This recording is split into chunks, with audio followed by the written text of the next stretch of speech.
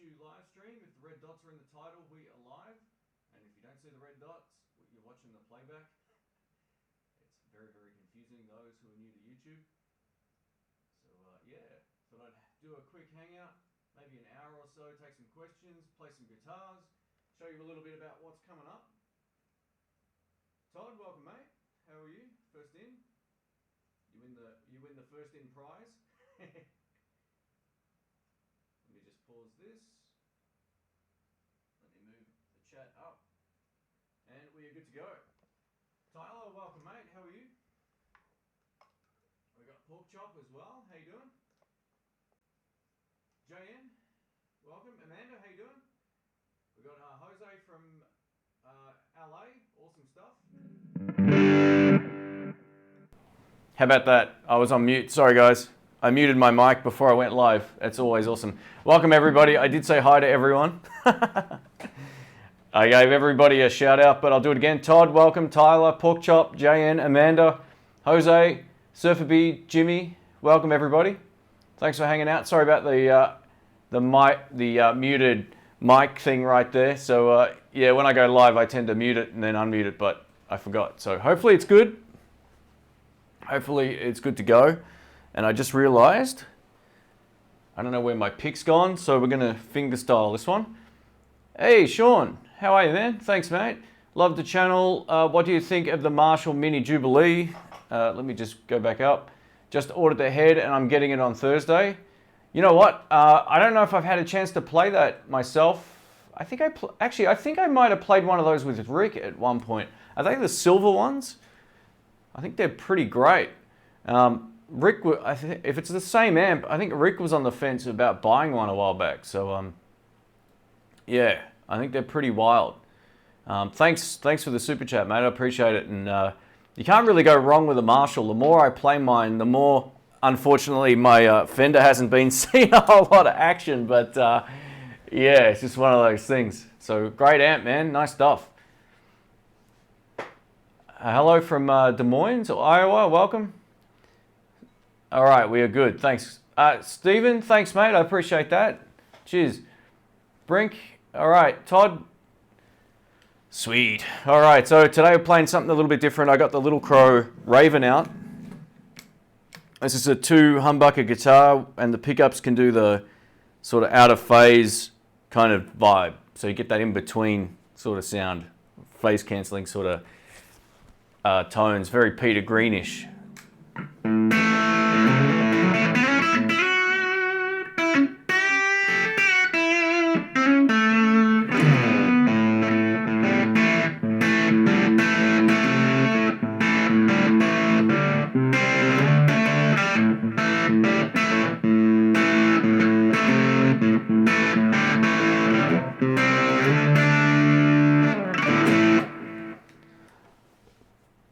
All right, opinions on the cheap Bugera valve amps. Well, I had a V5 Infinium for 3 years. I only recently got rid of it. And I didn't get rid of it because I didn't like it. I got rid of it because I've got a lot of other stuff. And I can't keep it all. It's just, I don't like sort of hoarding stuff. But those amps are pretty good. I think their biggest downside is the valves. And this is pretty common across all inexpensive valve amps or cheap, tube amps, whatever. The first thing you want to do is just play it loud and see if you hear any sort of like rattles. If you hear any rattles, it's generally the valves. A mate of mine had the Bugera 20 watt one or whatever it is, and exactly the same problem my 5 had. We changed the valves and it stopped rattling. So just keep that in mind. But overall, they're fine. I actually gigged with one in San Fran back in 2010, I'm going to say. I didn't even know much about them back then, but the old series were really heavy, but the newer ones are a bit lighter. So try and find a new one. I think they're more reliable as well. Well, thanks, man. No worries at all.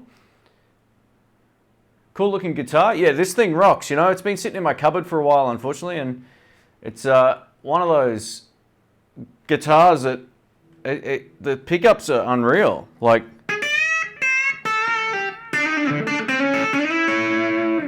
if you're wondering what we're playing through today, we're using the Mooer GE, what are they called? The Mooer Hornet, sorry. The little 5 watter, whatever it is down there. So got it mic'd up with an SM57. Raining too much in Iowa. It's cold here today. You know, I just got back from the gym and I have my hoodie on. I never do that. So yeah, it says it's 15 degrees Celsius, but feels like 3.5. I'm like, so it's 3.5? It's crazy.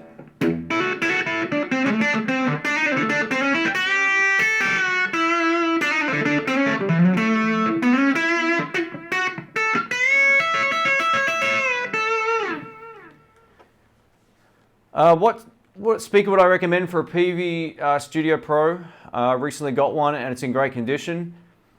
You can almost throw anything in there and it's going to sound way bigger. The biggest limitation of that amp is the speaker. So if you, sorry James, I'll come back to your question in a sec. And thank you. I think you can almost throw anything in there. If you want to make it just a whole lot louder, get a Swamp Thing. I always say that. Even the Tonka would probably be a good speaker. It'll make the amp heavier, but it should work pretty well in that amp as well. I had a Texas Heat in my PV Bandit for ages, and it did a really great job. James, thank you so much, mate. It says, which is better, Fleetwood Mac, with or without Peter Green? Correct answer, with. Well, there you go. Yeah, absolutely.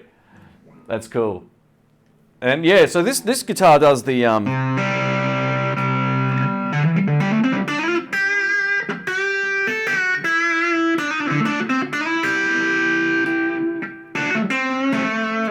It does that sort of sound. So it's got that, you know... You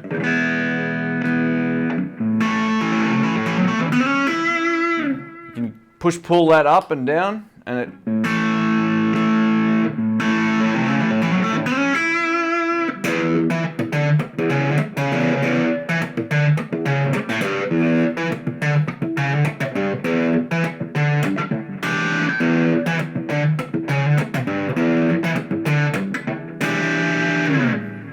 Far out. Stephen, thank you so much, mate. Yeah, this is a guitar I don't play enough. I'm going to change that coming up. It is really good. The neck pickup on this actually sounds better than my Les Paul. And I've known that for a while. It's just, yeah, I don't know. I go through phases with guitars, you know. Sometimes right now I'm loving the Flying V. I'm loving that a little bit too much. And I finally got my Telecaster back out recently, and I've been jamming around on that. It's been a long time. So let me just crack open one of these. We'll go the Rockstar. Let me just move the chat here. Missed the last few live streams, tooth issues. Yeah, I hope your tooth is doing all right, man. Far out, that's nasty stuff. Anytime you got to get root canals or teeth out, it's nasty stuff. Fabian asks, Fender Texas Special Custom Pickups to play John Mayer. Mayer's sound is not really the Texas Heat kind of sound. Texas Heat, that's the speaker. The Texas Specials, they're a hotter sort of pickup. He goes for more of a rolled out sort of high end sound. I would try and find a set of 60s pickups. Don't blow your money on those big dippers. They're a waste of money. If you want less mids, walk over to your amp and turn the mids down. I would almost say it almost doesn't really matter what pickups you buy. It's more about the amp and how you dial that in to get that kind of sound, and obviously your playing style as well. I really don't think, like I've had a chance, and Rick and Ryan, and all of us have had a chance to play the John Mayer amps, and we don't sound like that. So yeah, you take that into consideration.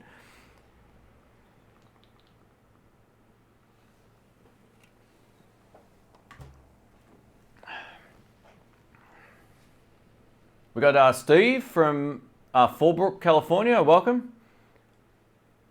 So whoever did the last super chat and the message was kind of not there, feel free to @ in the bluesme and I'll see it and I'll answer your question if you did have one, mate. So no problems there at all. Have I ever used the Sweet Cream by Tone City? Actually, I was the first in the world to demo all of those pedals. So absolutely, it's a great off-clean kind of pedal. If you want a good rhythm sound, they do that extremely well. Just make sure you buy it from somewhere that has a return policy, because I've said this before, as great as Tone City pedals are, I had a lot of troubles dealing with the people directly from that company. So If you buy them from a big shop or somewhere that actually has stocked them for a while, you won't have any issues. Just make sure of that. They make good stuff. In terms of the mini pedals, the guy that makes those makes a lot of the pedals coming out of China, like some of the better ones. What do I think of the code 100H and code 412 cabinet? You know what? It's funny you mentioned that. I had a chance to borrow that recently and I declined it because I already had so much stuff to get through, and I might go back and get it. So stay tuned, Jeffrey. I'll see if I can get around to getting that done. Todd says, I understand about the Flying V. He can't put his down either. Yeah. So this particular guitar is the, I'll show you. This is the Little Crow Raven. It's an Australian-made guitar. It's Australian timbers and all that kind of stuff. 3-way toggle switch. It used to have this rotator, 5-way rotating sort of switch on there, but it made getting from bridge to neck pickup or vice versa really hard. So opted for I gave him some feedback and said, hey, how about a little switch and just one of these? Because, you know, the in-between sounds for me isn't something that I use all of the time. But yeah, it's great. It's got a 50s neck. It's nice and like a huge neck on the back. And it's great. Jose, well, thank you so much, man. Appreciate that. If you have any questions, let us know. Jerry Adado says, Artist 335 guitars better or worse than Epiphones? They're kind of similar. I actually go to guitarpedaldemos.com. I did a review about it, and I actually spoke more about like how it compares to other guitars out there. In terms of tone, it's great. It's very, very similar to sort of like the basic Epiphone Dots. It's got a different feel in the hand, but it's more like the old Epiphone Dots, which had a fatter neck. So if you like the fatter neck, you'll dig it. If you like thinner necks, then you probably want to go for the Epiphone, because everyone likes different sort of neck profiles. So yeah, just keep that in. Yeah, just head over to guitarpedaldemos.com. Check out the article there. Just type in artist guitars. It'll come straight up if it's not already on the homepage. Andre, welcome. Yeah, thanks again, Jose. I appreciate that, man. Thank you so much. My 11-year-old son and I are watching from the New Hall Library. It's great to see a great guitar reviewer. Gracias. Thanks, man. I appreciate that. Yeah, I love what I do. I've been doing it for ages, and if it ever gets to the point where I don't enjoy it, I won't do it anymore. But you know, I do enjoy it, and I've got a couple of things I'm going to show you guys in a bit about what's sort of coming up over the next probably month or so.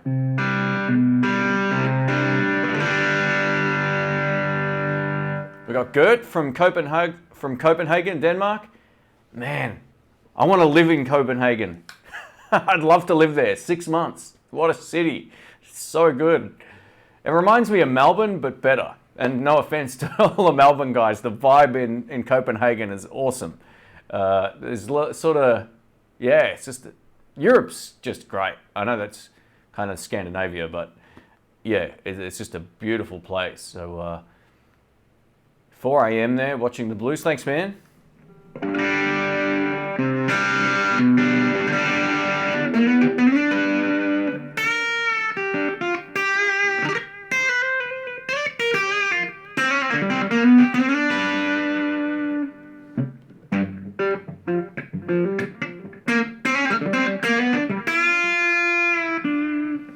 How's the tones, by the way? Because I'm running this little GE Hornet amplifier, whatever it's called, the Mooer. This little guy is just going straight into my sound card. If there's any issues with the sound, just let us know.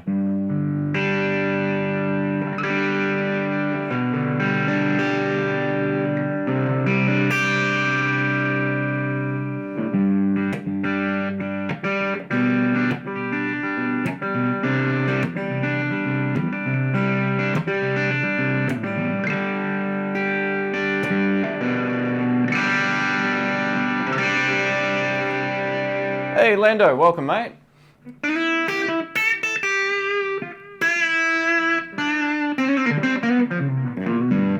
I've been scheduling up the live streams a little bit the last sort of 3 weeks or so, but today I just thought, yeah, I'm going to go live. Sort of, I was trying to get something to work for 3 hours yesterday, and it did my head in, and then I couldn't get it working. So I thought, no, I'm not going to try that again for today. I'm going to go live and actually have some fun.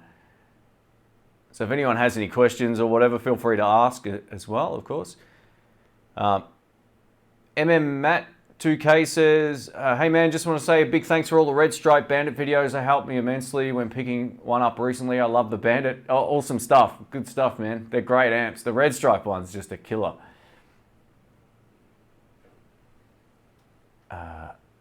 Yeah, they're like a really underrated amp. You know, it's one of those things. I remember when I first took one to some of the jam nights, and the kind of looks I was getting, like, you playing a PV Bandit, like at a blues jam? I'm like, yep. And then they realized how great it was. And then they spread like wildfire. Not long after that, I don't know if I was responsible for that or not, but a lot of my friends ended up buying PVs. My favorite guitar is the 75 Gibson L6 S Deluxe with Bill Lawrence pickups. Still love it since 75. Oh wow, that's awesome, Gert. Good stuff. I take it you've been to one of the best shops in the world over there, the Woodstock Guitars. It's high on my list as one of the best, music shops I've ever been into. If you haven't seen my Guitar Search Saturdays, definitely check it out. That was a really cool store. There was just so much in there too, like wall to wall, great used instruments, some new stuff, great store, great store. How did you know that you were left-handed? Well, when I was really young, I remember, I don't know, I might have been like 10 or something like that, 8 or 10. I remember getting a guitar when I was a kid, and the first thing I did was go left-handed. Like, it was just instinctual. And my mum's looked at me and she said, oh, I'll have to restring that. So I ended up it was a nylon string guitar. I've still got it. And yeah, I remember learning a few chords when I was really young, and then I put it down for, till the end of high school, basically. And that's sort of when I started playing again. But yeah, I mean, I've always written with my left hand, and I threw, with my left hand and all that. I do some stuff right-handed, which is odd, but in terms of guitar, I always think it's, if you've got a kid, I don't have a kid, but if you have one, then it's one of those things where if they air guitar a certain way, that's the way they should play. Hang on, I want to see if I missed a super chat here. Sorry if I did, I apologize. Brink, thank you so much, man. My chat wasn't scrolling fast enough. Todd says, do I still have the Corvino? I do. It's actually in the cupboard. I'm going to send it back to Little Crow. I just need the neck adjusted slightly in terms of its width. Where it sits in the pocket, it's a little high. I know that's nitpicky sort of stuff, but it's a great guitar. I had the neck replaced on it, but it just feels like it needs to come down a little bit. I've kind of like maxed out the what do you call it, the bridge in terms of its height and all that kind of stuff. And I think Rick sort of said, yeah, it just needs to be shaved down like 1 or 2 mil and that'll sort it out. So yeah, it's on its way back, or it will be later in the week. And then I'll be playing it more. It's a great guitar, man. That's tone-wise one of my best, hands down.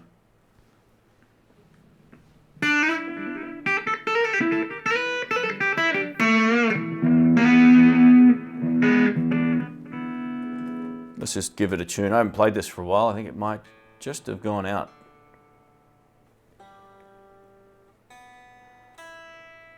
It's funny when your ear thinks it's hearing something, but it's fine.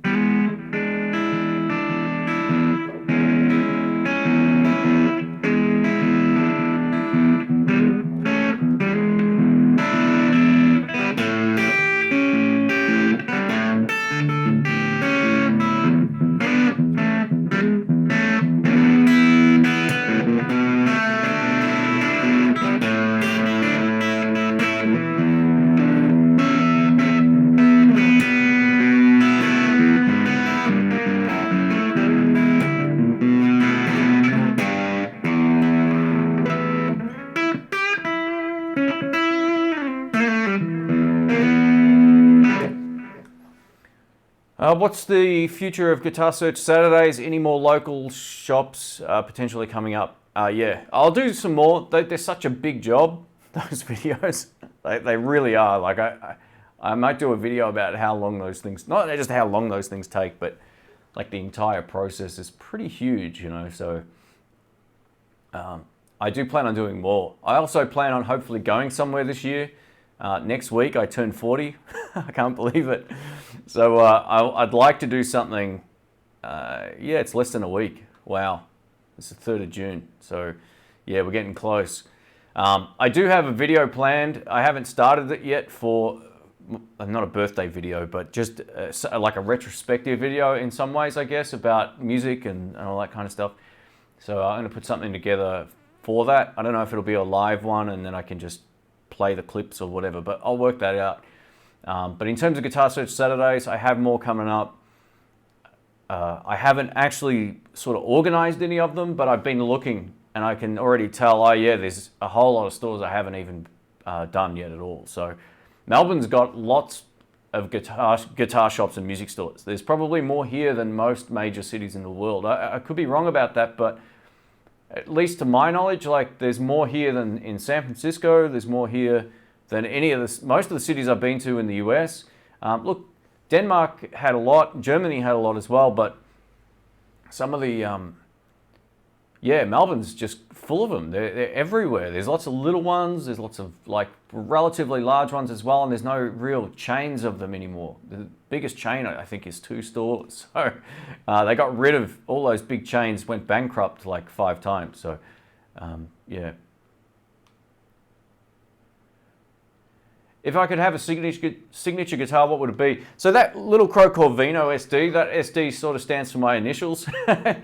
I had some input into that. I don't know if that's like my signature guitar, but I love playing that thing, and I did have some input into it. I think everyone would love like a you know, like a 52 reissue with their name on it, but you're not really coming up with anything that isn't already there. So it would probably, I like the fact I've had some input into the Corvino.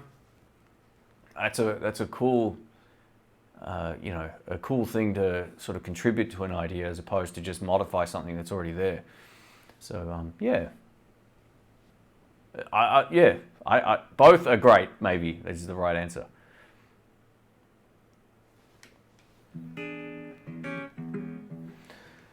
Fernando says, hi Shane, how's the Japanese Les Paul? Is it nice playability wise? Oh, it is great. You know, I hadn't played it since I got the Flying V up until recently, and I was just saying to Rick on the phone yesterday or the day before whenever I spoke to him how great it was playing it again. A big neck, it's great. And when I had my custom shop gold top, the VOS 56, I think it was, there's a, you know, custom shop Gibson. If you were to hand me one of those unplugged, like, so obviously one had P90s and that's got the humbuckers, and I played them, I couldn't tell the difference. All I had to do on this one was raise up the treble side on the strings like a millimeter, and that was it, and they played exactly the same. So yeah, that tells you how great they are. I always tell people, if you get a chance to play a Japanese made Tokai or any of these lawsuit guitars, give them a go. They're really, really good.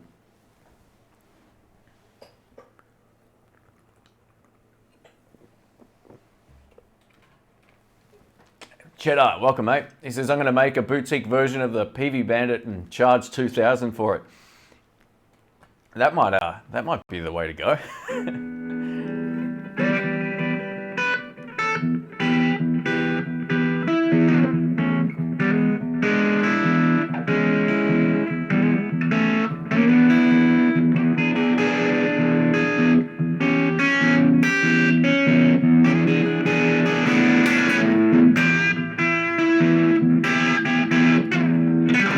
I think this new string just popped through. I might not have had it. Yeah, it did. It popped. Let's change guitars. What do we want to play? I got the Tally, Les Paul, V, or the Relic Tali Benton over here. I'll leave it up to you guys. Would I choose the Marshall over the Blues Deluxe? You know what? I probably would. Even with pedals. I actually preferred the tone of the Marshall with pedals. So for those who didn't see my last video, I did a comparison between both of these with 3 different overdrive pedals. I actually like the Marshall better. I know they've got different speakers to each other and all that kind of stuff, but they're different amps, right? So what I tried to do was just get them to sound, you know, at the same volume with their own character, and then sort of see what the actual pedals did in terms of flavoring the sound, I guess. I felt like the Marshall handled the pedals way better, except for the Tube Screamer. The Tube Screamer sounded way better in the Fender. The rest of them sounded way better in the Marshall. The low end, listen to the low end. It's way clearer and cleaner and less fizzy and all that kind of stuff on the Marshall than the Blues Deluxe. And you know what? I played the Blues Deluxe the other night. I got a live clip coming up from one of the jams with Rick and myself, and it sounds great in the mix. Like there's nothing wrong with the Blues Deluxe, but the beauty of the Marshall is how great it works without pedals. You can plug in and play. So yeah, I would probably take it over the Blues Deluxe, at least this week. I don't often, it almost doesn't really matter anymore. Like I'm happy to play either. It's one of those things where it doesn't really affect my playing because both of them sound great. And for me to get the sound I like, it's one pedal away with the Blues Deluxe, as opposed to, you know, I don't need a lot of stuff to get it to sound good. It's a great amp, especially with that Swamp Thing speaker. Brad, welcome, mate.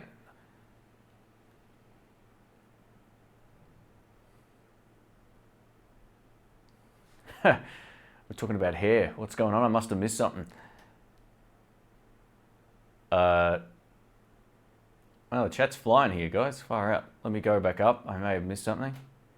Todd says, don't worry, it's all downhill from 40. All right, we may have to go the Flying V. I'm going to play it without... 52 tallies, getting some votes here. All right. I'll tell you what, I'm going to go to the Telecaster this time because... I just saw my pick.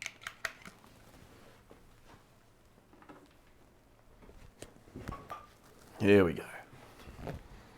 It's been a while. This thing just always feels good. It's a great guitar.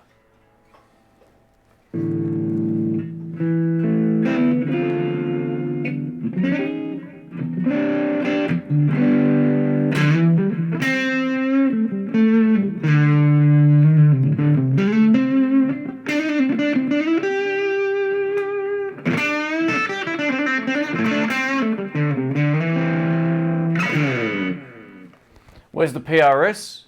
It's in the cupboard. I still play it, don't worry about that.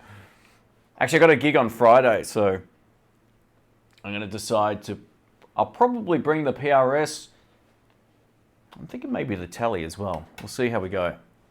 It's a small... Actually, we're going to go direct into the PA system, so I'm thinking if I can get this little MIDI commander switch thing working properly with the Kemper, I may actually try that live. It's one of those things where I haven't got it all connected and working yet properly. I can get some of the functionality there, but not all of it.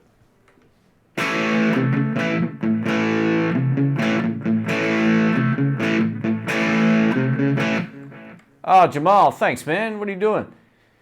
Early birthday present on the road, so I can't catch most of the stream. Love the Marshall Fender comparison video. I want both. Cheers, mate. Thanks, man. I appreciate that. You don't have to, man. Thank you. I do appreciate it. I hope you're doing well, man. And yeah, on the road. So take care. Far out, man. The super chats. This is crazy. Thank you, guys.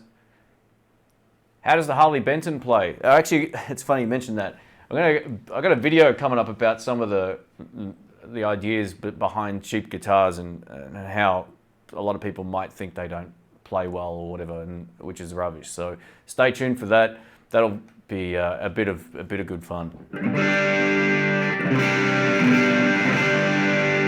It plays great, is the short answer.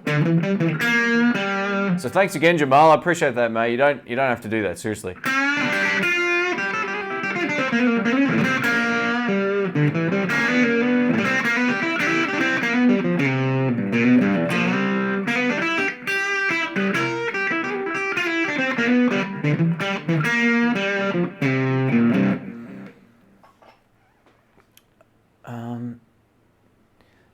Hutch, welcome, man. He says the 52 Tele is the favourite. Yeah, it's a great guitar.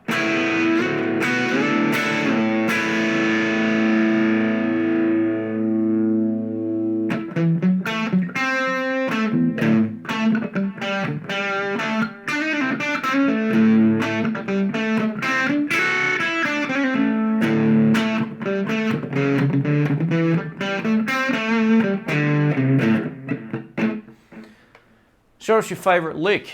Or what's your favourite lick? Wow. I got a couple that I really like, and they're kind of simple, I guess. There's one that works great over like minor changes. So if you're in A minor,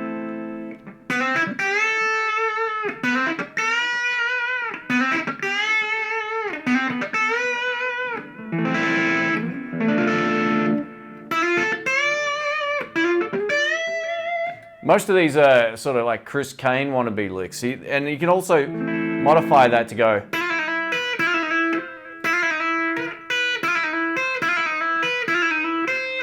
So that's kind of cool. It's a bit different over the straight blues stuff. I guess one of my favorites would be this as well. I like anything with sort of like those major notes tied in. So they're kind of fun. I don't know, I try to, at least when I play live at least, take those licks and kind of mess with them sometimes. Like, so you can take the licks and just add a little bit to them, or maybe take a little bit out. I got a few favorite licks actually. I stole a couple of these sort of jazz inspired ones as well. What is it?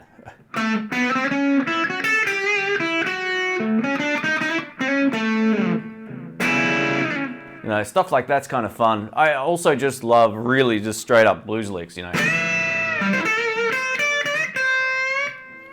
So these pickups are Joe Barton, Danny Gatton pickups. These are were his signature sort of pickups. They're noiseless.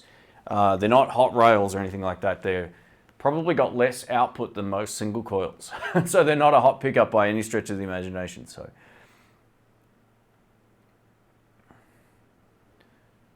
Yeah, Joe Barton's. Yeah, that's right. Thanks, Tyler.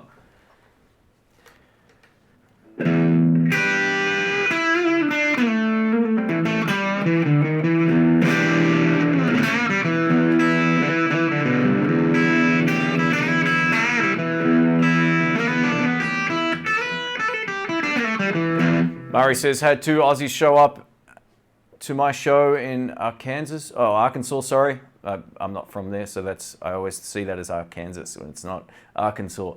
Last night they were from Sydney. Good to meet two of your countrymen. Cool. Glad they were okay, because sometimes that's not the case.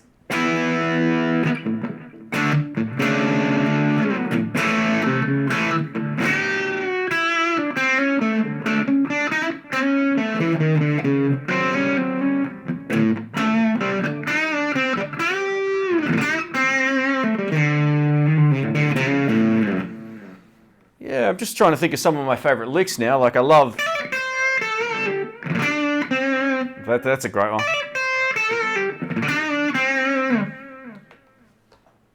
I've been watching some of my playing back, and I'm in this really annoying habit of doing something, and it's through like lack of creativity at the moment.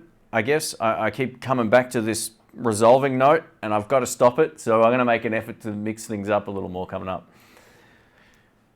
Where did I get all those posters from? I actually did a video on that on I think maybe like the last live stream or something. I covered that as well, and I put all the time codes in, so you'll be able to find it. It's easy to find. Or just type in something like bluesing up my wall in the blues, and it'll come up. There's a video about it actually. Thanks, David. I appreciate that, mate. Randy, welcome, mate.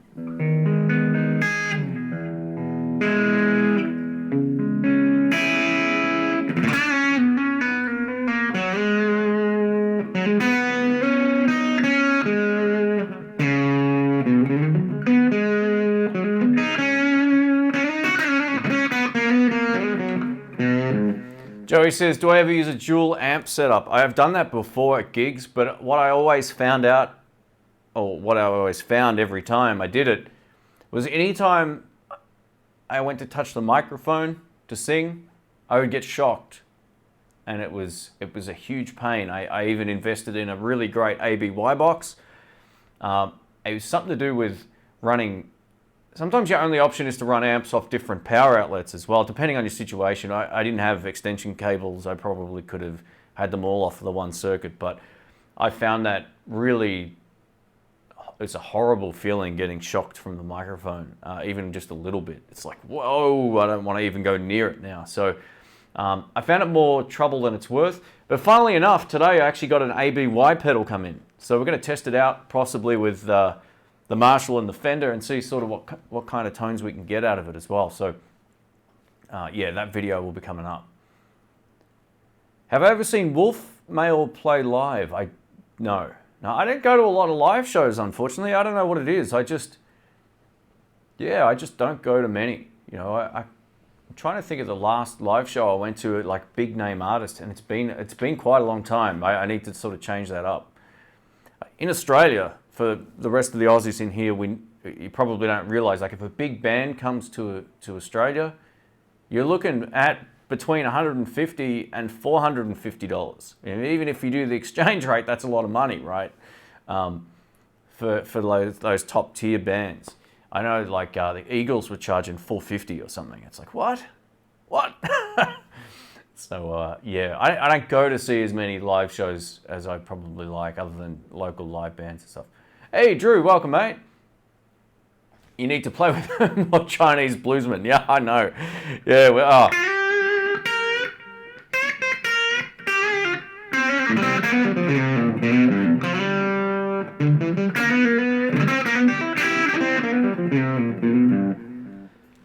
Robert Baker's here. Welcome, mate. How are you? I was hoping there would be a live stream while I practice. That's awesome. I'm going to teach you some licks, man. I need you to use these in your next ones, all right? And it really, you got to embrace the feel. This was the sort of like joke lick that was going around the blues jams. I'm not going to mention any names, but we used to hear this all the time. So if you're in A, and everybody's welcome to join in on this one. You got to go like this.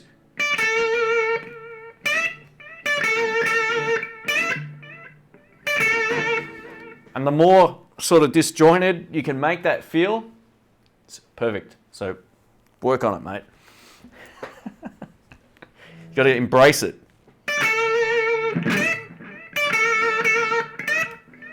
I tell you what, Robert, if you ever come down to Australia, man, I'm going to take you to some of these jams. That'd be awesome.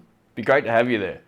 We'll take you around and show you some of the places we play at and have you sit in and stuff. That'd be killer.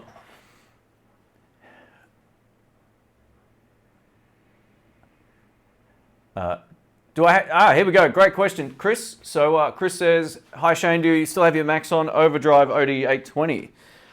I'll tell you what, I sold it to make ends meet a while back, and then I realized I couldn't live without it, so I ended up getting one. So I used this the other night for the first time, and well, the first time since I've not had it in about 6 or 8 months or a year or however long it's been. But basically, yeah, I used this in the Fender, and it was great. It was really, really great. Actually, I did a video with this just yesterday. Went up 2 days ago. It was like a shootout between the Marshall and the Fender as a clean pedal platform, and that was one of the pedals. So yes, it's back. So actually, Godlike sent me a couple of pedals as well. They sent me this one, which is one that I haven't used yet or haven't plugged in. I'll show you a little bit about what's coming up. And I keep getting requests for a certain pedal brand on the channel. I see it all the time, and I keep saying no, because not no that I don't want to do it, but no that I haven't had any opportunities to do their stuff until now. So I'll get to that in a sec. We've got this. I saw a video of this by Brett Kingman, and it was great. So I thought, man, this sounds great. So I can't wait to give this a shot. I haven't plugged it in since it's turned up yet. I've got a few other things I need to finish first, but it'll get there. And I'm not going to give away the full video I've got coming up, but this is something that I wanted to try. So yeah, and I had a quick play on this already, and it is an absolute monster. I always thought to some extent that some of these type of pedals might be a little bit of a gimmick, but it's got like a mini tube in it. This thing sounds unreal. When you bring in the actual, you can turn the tube circuit off and it's a tube screamer. You turn it on and you get like what the Supersonic does with that second gain stage. It just adds so much great stuff. So it's very, very cool. Yeah, that's coming up as well. I'm really impressed by that. It sounds great. So yeah. Do I have a practice routine? I don't. Unfortunately, I just don't practice like I should. You know, usually before a gig, I'll spend a few days prior just getting my chops back. I find like just shooting videos isn't as, it depends. Like the videos that I do on my channel aren't really focused on guitar playing, I guess. Unfortunately, they're more focused on, you know, whatever it is I'm making a video about, I guess.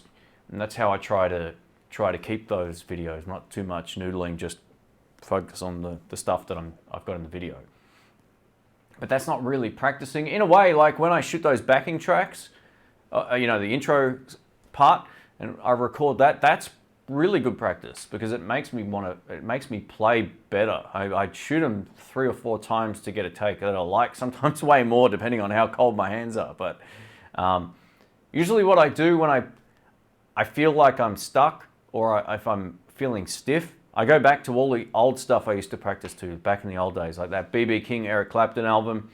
I try to play less until I get my momentum and you know, dexterity flowing a little bit better. If you haven't played for a while, it's really good just to go back and try to play simple, just as simply as you can, and all that kind of stuff. So yeah. Sonia, welcome. I don't know if I said hi before, sorry.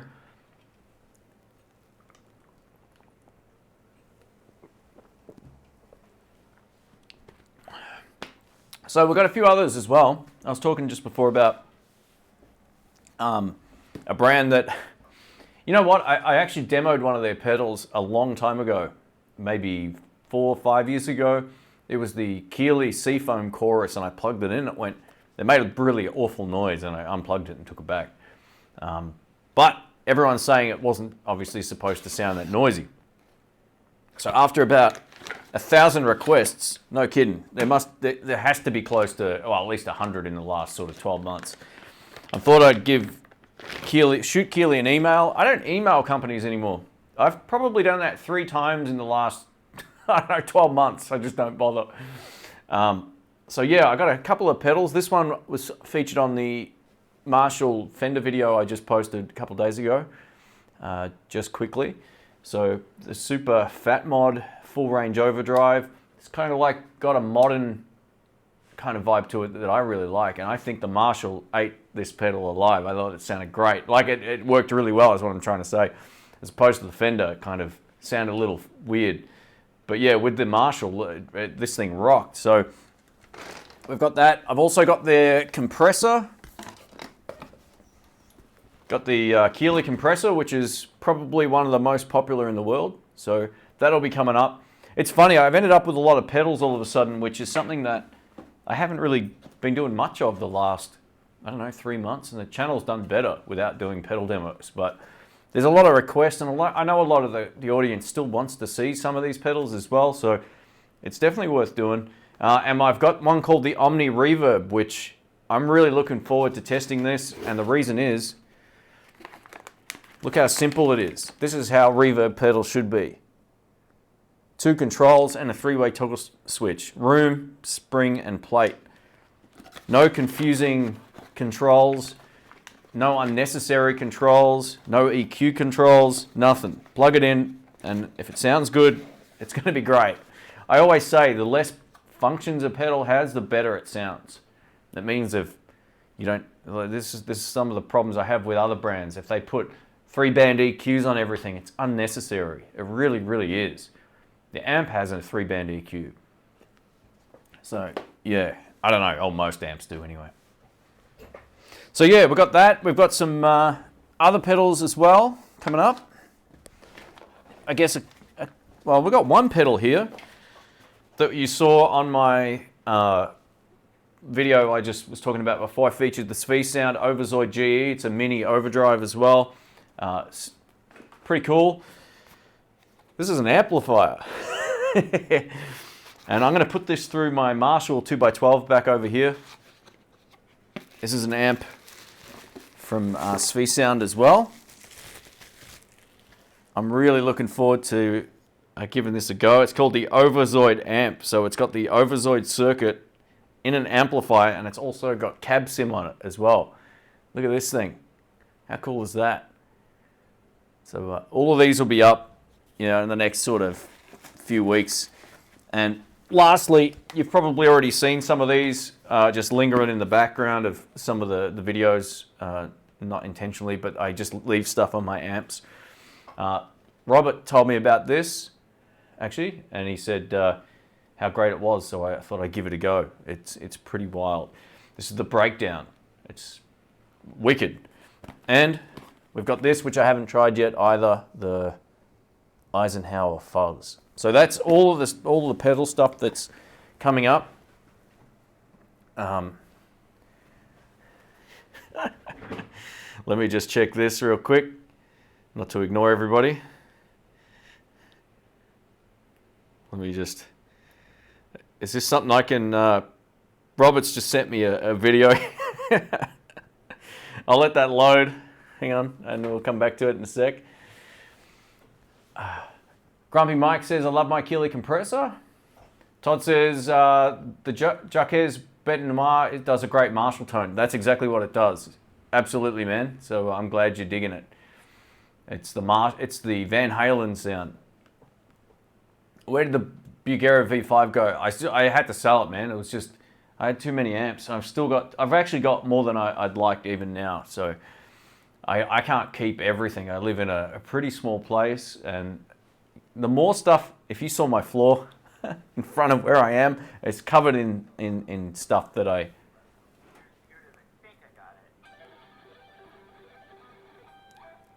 Yeah, there we go. Alright, buddy. I think I got the feel down on that blues lick that you gave us. So here it is. I think I got it. Was that it? Yeah, that's it. You got it, man. That's the lick. Wow. I don't know how you play like that, mate. It's pretty impressive. Hey, Dean. Welcome, man. Thanks, mate. I appreciate that. Dean's a gun drummer. Probably one of the top guys in Melbourne. If that's the same Dean Matters, I think it is. It's hard to see the actual avatar from back here. I would love to see a comparison of the JHS Angry Charlie versus the Dirty Charlie on the DSL-40. You know, JHS is another brand that I haven't had a chance to play a lot of. Actually, someone actually sent me an email. They said they've got most of those pedals. They'd be happy for me to try them out. So, yeah, we'll see how we go. Leo and Dan, thanks, mate. The fuzz is also amazingly super rich sound. Cool. Now, if most people probably know, if they've been watching me for a while on doing this YouTube thing, I'm not the biggest fuzz pedal fan. There's certain types of fuzz that I don't understand, and then there's certain types of fuzz that are really musical. So I'm looking forward to seeing what type of fuzz that is. That's cool.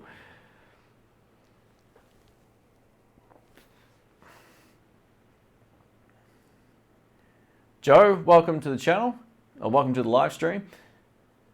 Best tip for lefties, practice. Focus less on the gear, focus more on the playing. Because at the end of the day, if you've got a good amp and any guitar that plays well, it's all you need. You know, I don't play any different on this than I do on the Harley Benton because it plays well. That would be one of my suggestions.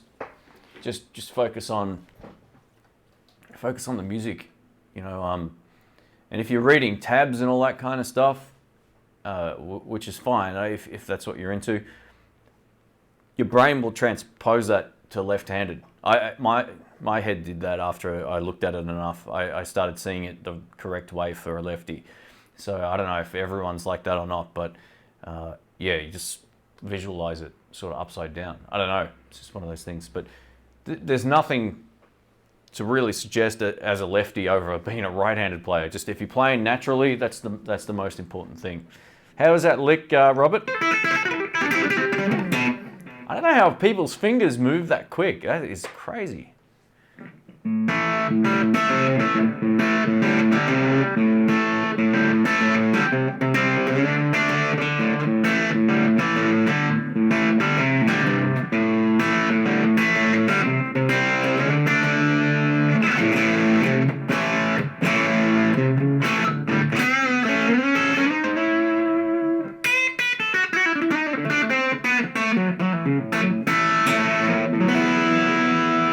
That'd be one of my favourite licks. I stole that off of Brad Paisley, I think, that whole run.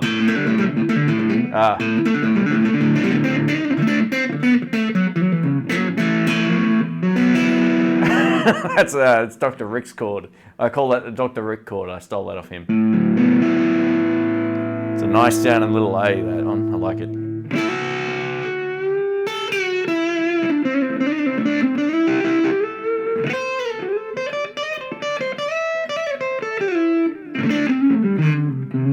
Do I still have my classic vibe tele? No, I don't.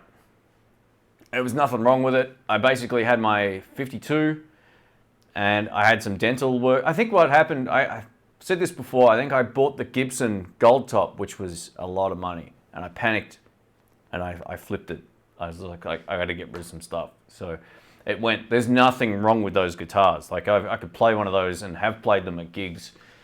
It's just really there's no reason why that couldn't be a #1 guitar for people. It's a really great guitar. And same for any of these inexpensive, not all of these, but the Harley Benton guitar is great. It plays really, really well.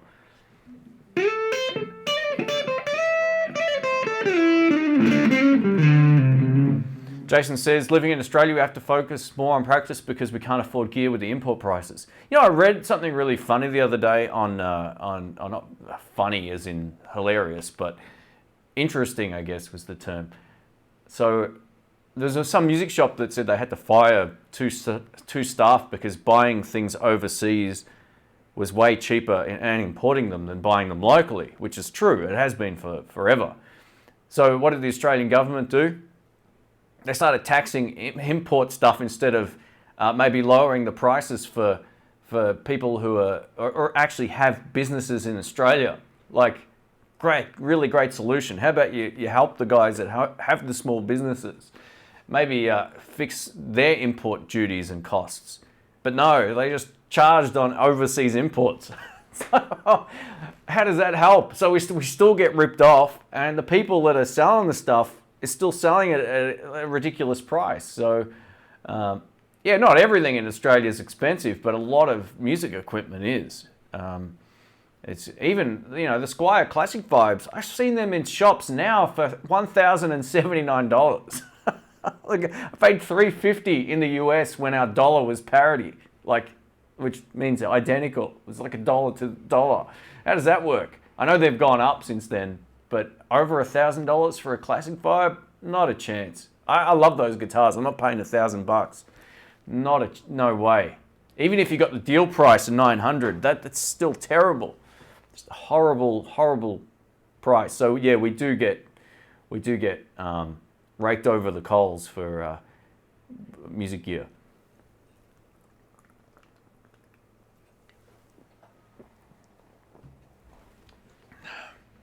I've seen lefty chord books. They're more expensive though. I don't think you really need them. Like I said before, you can pretty much just, your brain works it out. It just takes it might take a day before you can start seeing chords or tabs, and then you can go, okay, well now this is how I transpose it to being a lefty, and then it's just normal to see it like that. So yeah, you could probably buy that, but I don't know.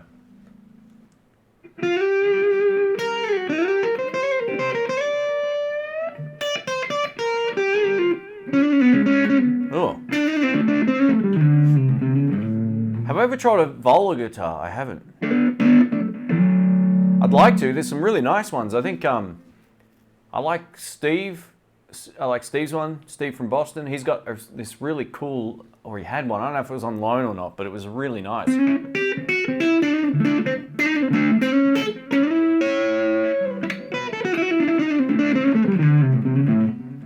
Go over to just type in Melbourne music shops and see what comes up. Just go to any of them and check out and type in Squire and just see what the price is. Oh, there you go. Landon's done it already. There you go. So this will be interesting. Let's see what comes up here, because I'd be interested to see what sort of link we're being sent. Well, I'm sorry, I was $10 off, guys. What did I say? 1,079. So the 50s classic vibe is $1,069, and that's from Fender. So there you go, bargain. Look. Unlike a lot of countries, we actually do get deal prices, so you'll probably knock off a couple of $100, maybe, but then you got to buy a case. So yeah, it's not, the deal price isn't very, it's not what it was. Like, it's terrible. Yeah.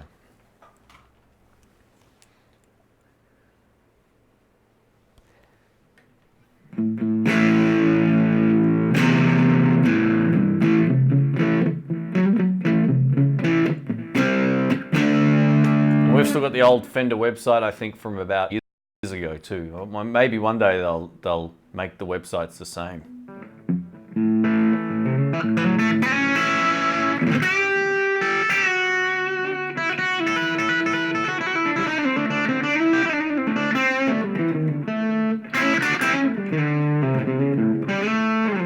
Hey, thanks, Robert. Cheers, man. I'd love to try one out if they make a lefty. I saw one that was kind of like a Tele that I really liked. It was a different sort of aesthetic, but it looked really cool. Do I ever play acoustic blues? I do from time to time. The only acoustic I've got is that little travel guitar. I kept that. That's a really nice little acoustic. Most of the time though, I don't. I just play electric guitar. I really enjoy that sort of feel though. You know, I've done this a million times.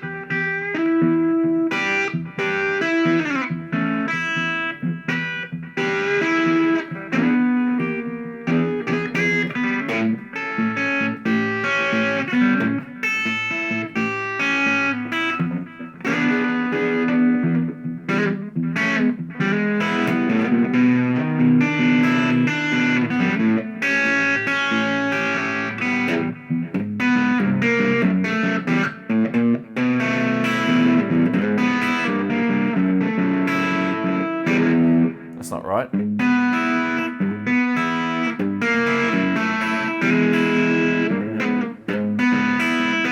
There we go.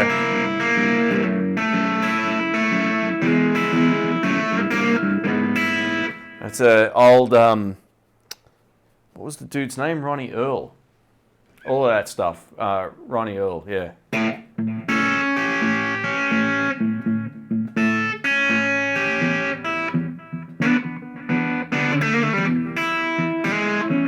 The hard part of that is trying to get like you've really got to tap your foot and try to get your thumb going.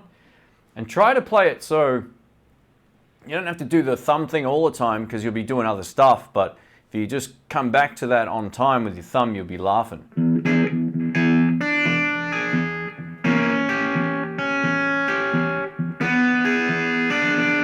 Otherwise, if you don't do the thumb, it just sounds like this.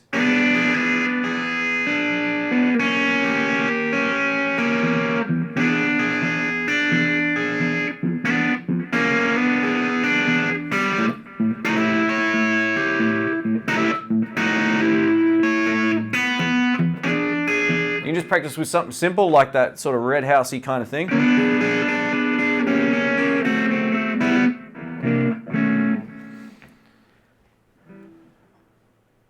Hey, there we go. Quentin says he's a new grandpa. That's awesome. There you go. What if you had friends in the States that would ship you guitars? Would it be cheaper for you? I do have friends in the States that could send me stuff. Yeah, it would work out cheaper. It's just the hassle of, for me too, I really like to play stuff before I I buy it. It's just one of those things. I really like to sort of make sure I'm buying something I really want. And sometimes guitars can vary. It depends on what it is. I mean, Fenders are pretty consistent most of the time, but yeah, it's just I really like to play something. If I go there enough, like I'm not there every year, but I'm there enough where I can normally just go get something and bring it back if I need to. I've done that before.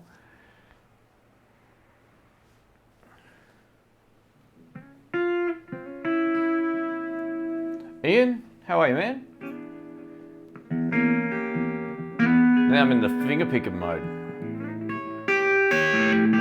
Now, my style of doing this isn't from any book. It's just a mix of stuff I've noodled with over the years.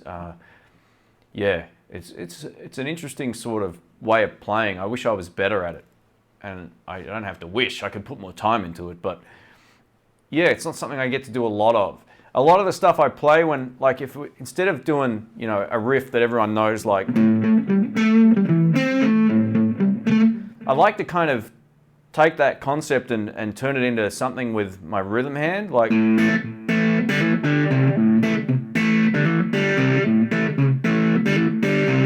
No, it's just very simple, or you can change the feel altogether, like.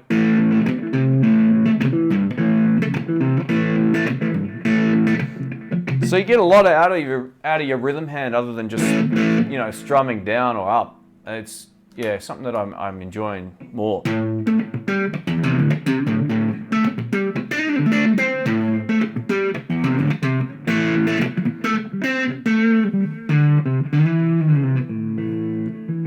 Have I ever used the Boss Katana live? I have. The one that I borrowed for the channel was actually my friend Rob's, and I've played his at the jam before. He had it actually at the jam last Sunday night, and he also owned RD. Is this the 50 or the 100? Oh, did it finish?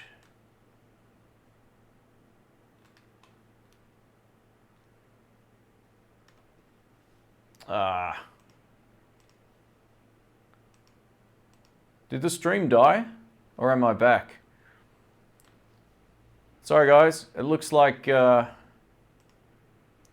stream had a bit of a glitch there. Let us know if it's it shows you keep going offline. Okay. Damn.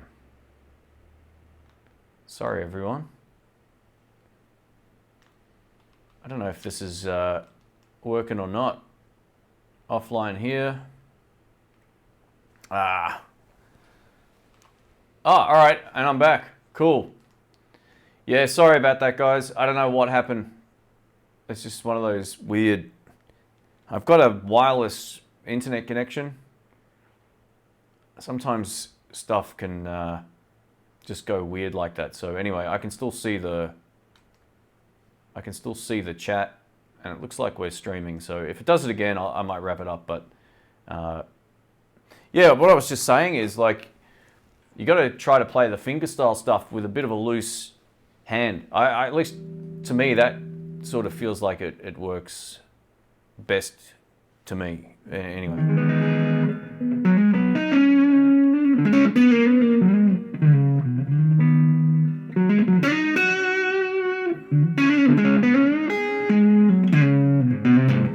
It also helps your flow if you're playing with a loose wrist.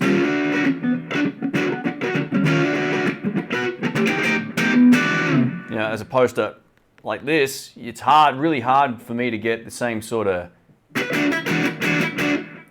rhythm sound with a tight wrist. So I don't know if everyone has come across that or not. Just playing with loose hands is a lot better. I see a lot of guys, even YouTubers, who play with this really it's really sort of stiff-wristed thing and stiff picking attack and all that kind of stuff. And yeah, you gotta try and loosen up. There's no reason you have to push hard with, hand, unless you're doing something that I'm unaware of. But yeah, the hand that's on the guitar, you don't really have to push that hard, even on those big bends. It's more of a technique thing. So.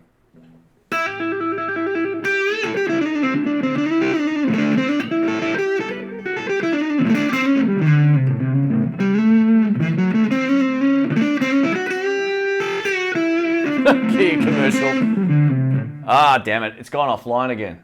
Has it? Oh, no. We're good.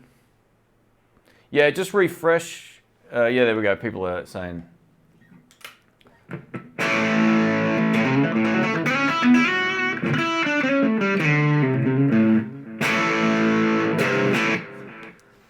I'm actually streaming at a way higher bit rate than normal as well, which probably isn't helping. The picture should look pretty clear. I'm using my webcam as well, so next time I'll drop it back just a hair. I want to really try and nail the image quality mixed with the reliability.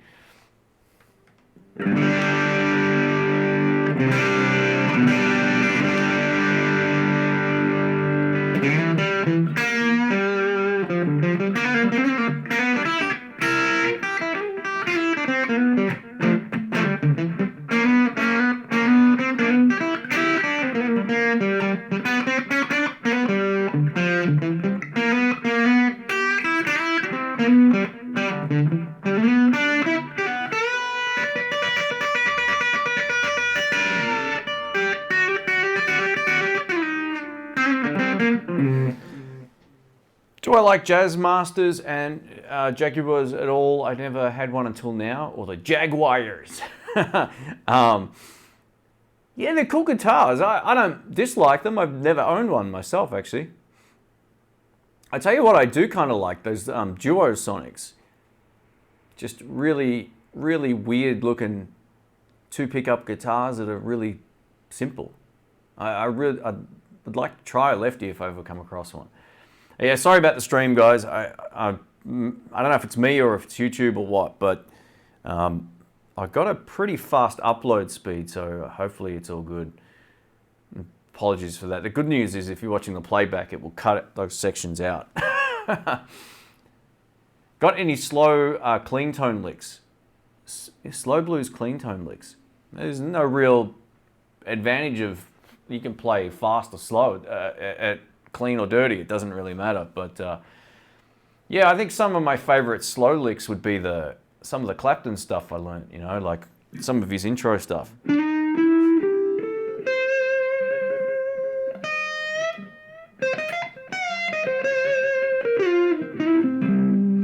That sort of stuff is really nice slow, you know.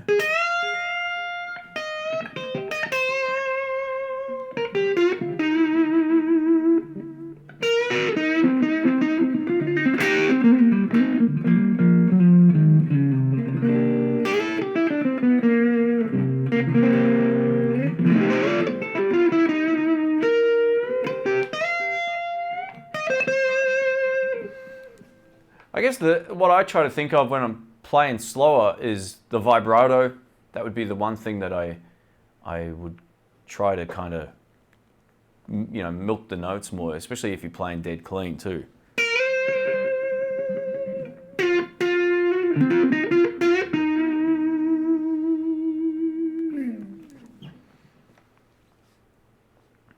Never owned a Tele, going to have to invest in one. Yeah, play a few, see which one you like the best. They're pretty heavy too, so the more money you spend on a Telecaster, the lighter they get, generally. That's the rule of thumb. I don't know why, but it's just the way that it is.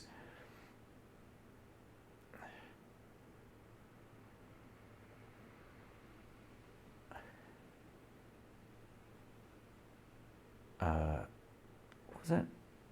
Jaguar is correct. Huh. Yeah, that's funny. I don't get it. But anyway, Jaguar. I got a lot of friends in the States, and I had that discussion with them many times about the pronunciation of that. I'm like, there's no W's in there. But we pronounce so many things wrong that it's good to be able to say, yeah, we got one over you. And internet. Listen to an American say internet. Internet. They just removed the T and put two N's.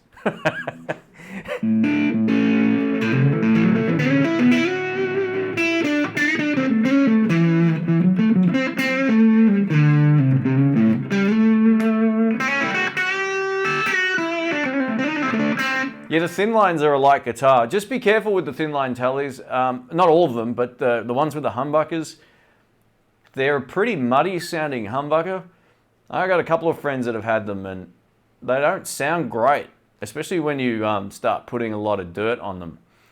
Some of the thin lines with the single coils are fine, but those Fender humbuckers from a while back, like maybe 6 years ago or whatever, whenever they started using them, they're not the best. They're not. Yeah, there you go. Robert just says, I just said internet and started laughing. Yeah, it's funny how Americans are great at enunciating words. Like they're the best at it. Better than English people, surprisingly. Like there's I guess we've all got our interesting ways of saying things, especially the English don't say TH words properly. They turn it to an F. Like, what are we doing on Thursday? It's like, Thursday? Australians pronounce so many things poorly, in general, myself included, obviously. But I guess being over there for so long, I worked out how bad my speech actually was. But yeah, there's a couple of words the Americans say that make me laugh, and internet is. I don't know how they came up with that. What webcam do I use? I got a Logitech C920, I think it is. I've had it for ages. They're probably like the, if you want to call it the standard for YouTubers. Most guys that stream use them, or they use the C930, I think, which is the better one. All right, so the aluminium or aluminum, you're right. So I always thought they were spelt the same, but the Americans pronounced it wrong. But there's actually the spelling discrepancy there. Another thing that makes me laugh too is like I watch a lot of, watch a lot, but I've seen a lot of those home renovation shows, you know, and they always like redo the bathroom, and the Americans are like, oh yeah, I love that tile. And what we would say is tiles, because there's more than one. But, you know, or which tiles should we choose? They like just drop the S off that. It always makes me laugh. They just go the plural way. It's just funny. And Bostonians say internet. There you go. No, I'm not going to say that, Lando. Yeah.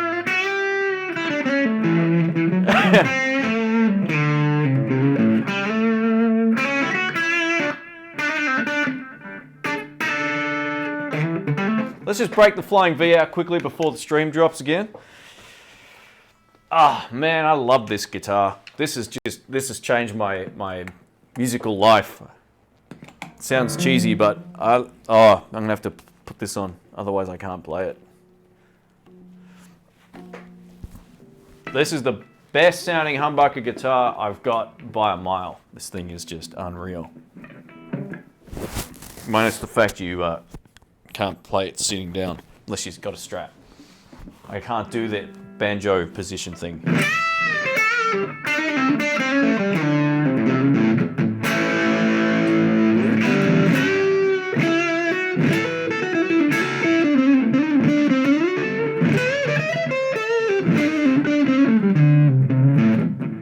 It's just easy to play.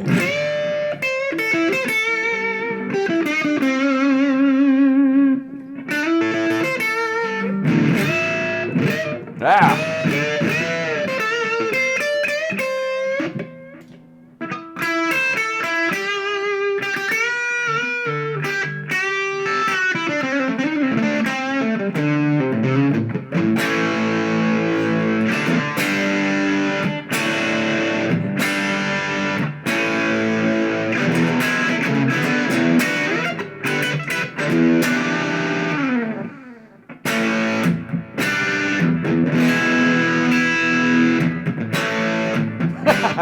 Here's another one. Jay Steen says something people say from down south. I laugh at vehicle. Yeah, I know. That's another one. That's a great example.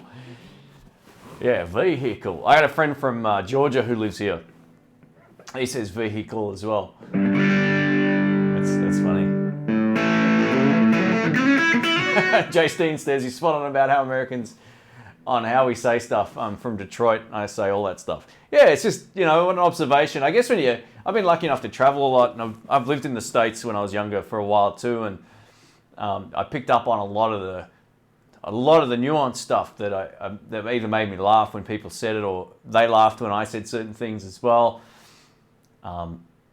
Yeah, this is the same word said completely differently. Especially, you know, I've been to Michigan and I've been to a lot of places, but yeah, down south as well. I've been there a lot over the years, and they definitely say quite a few things differently as well. Just the terms for stuff. I love it. I think it's great. That variation's awesome.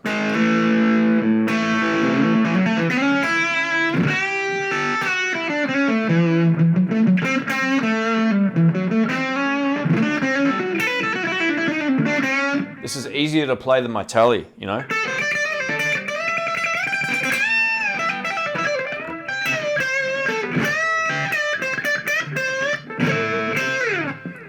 Best single coil, best humbucker sounds rather single coil. These are the burst buckers, and that's what I love about them. A lot of neck pickup guitars that have humbuckers are really muddy.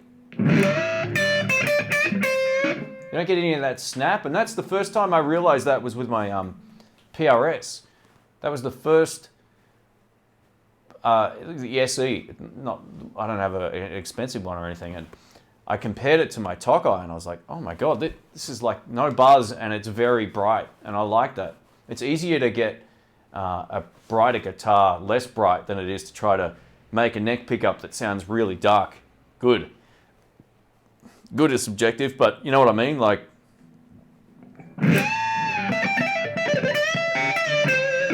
it's just got lots of tops. It's great. Oh, that's the X5 doing its thing. So that's what Tone King was talking about. And I also mentioned it as well, was every now and then, if it moves, or if it gets on a weird angle, it stops working.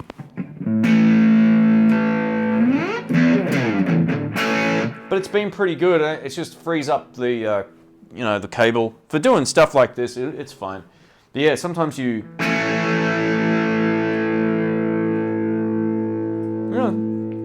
Oh, almost.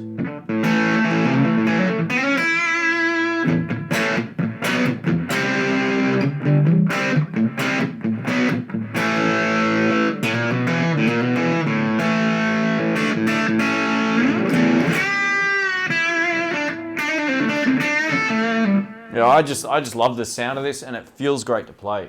It's really bizarre. It's funny, it gets a lot of looks, this guitar, which is something I've never really noticed with anything else I've ever played. Most people don't sort of look at a guitar and go, oh, what is that? You know, they just know it's a guitar. You show someone this, they haven't seen one before. It's like, oh, what the hell is that?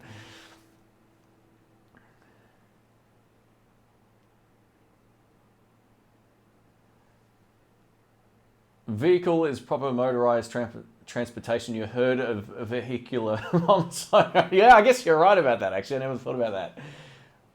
I just played my 50s original. Man, those guitars are great. Those original series guitars are some of Fender's best. I'd put them up with custom shop stuff. Part of me really sort of regrets not buying that Strat. You know, I played the 50s Strat, and it was great.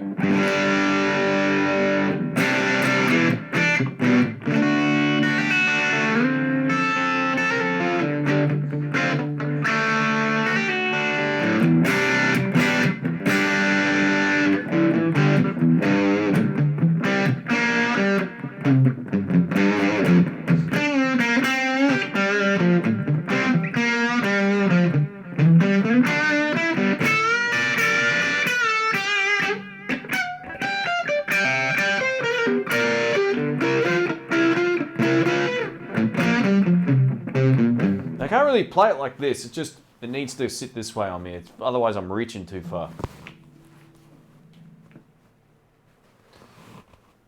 How's the tuning stability? It's great. You know, like, I think one thing, it's freezing cold in here. Like, probably hard to tell, but yeah, my hands are like ice cold. So yeah, and it's fine. I don't even think I tuned it up before I picked it up. So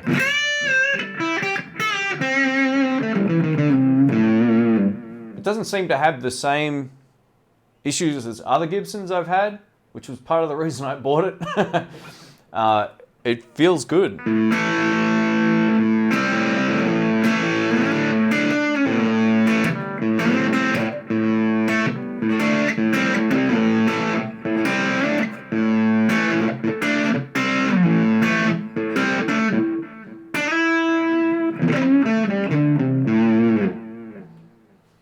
Yeah, it's great. I play this a lot. Like, I've played it live probably 5 or 6 times already. And the first week I bought it, I took it out and did a 3-hour gig with it. And it was awesome. I had no problems with it.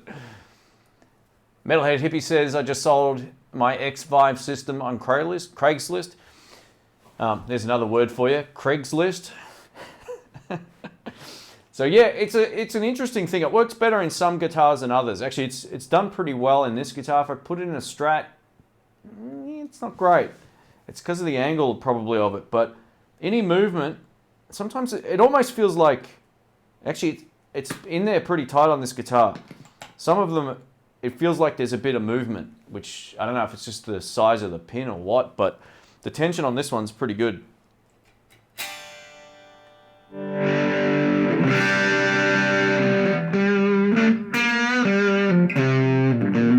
Or to buy a reverse.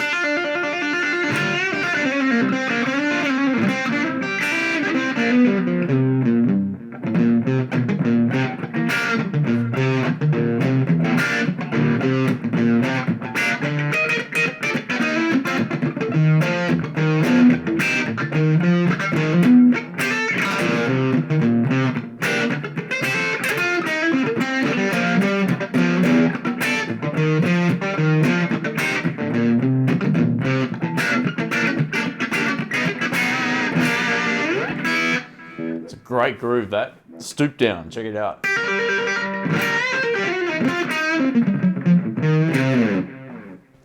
I love this thing.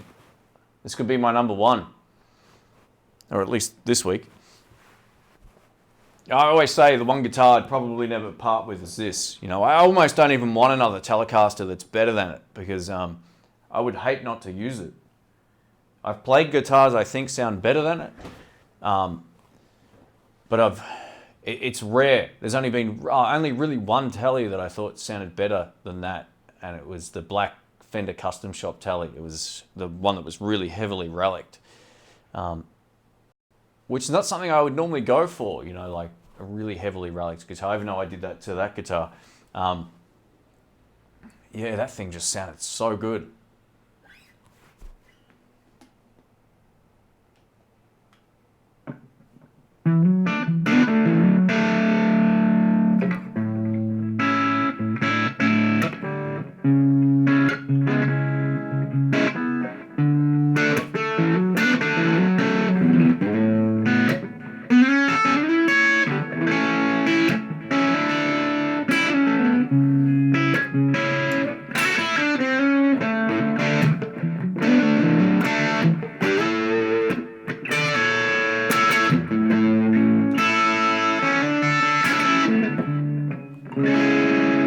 Gets me playing like that. It's a little bit too far.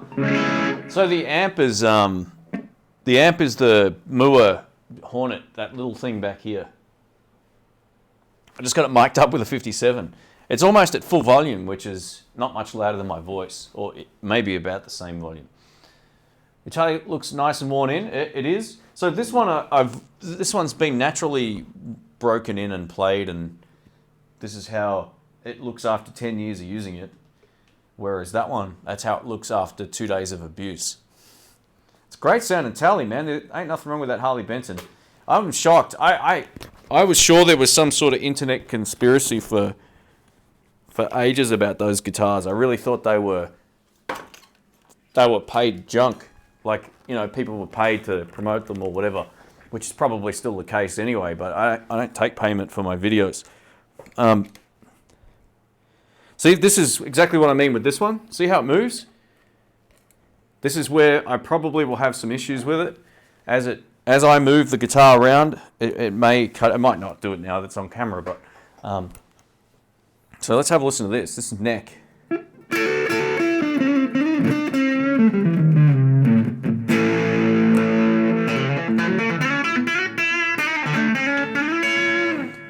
plays very similarly and feels very similar to the Baja Telecaster. Since I've butchered it, it's got that kind of, you know, all the lacquer's kind of come off the neck. I've done that. Not everyone will like the way that it looks, and that's fine. I don't really care. But yeah, this guitar's great. I've taken this out and played it live as well. The amp sounds killer. Cool. It's great. I said a while back when I got this, definitely one of the best small practice amps if you want something that doesn't have a lot of volume. And it can do like, you know, really high gain stuff as well, or dead clean. You've got clean. It basically tries to mimic all the amps from Fender to Marshall to Boogie to what is it, Line 6 they've got in there as well, or something like that, you know, that high gain, really modern kind of sound.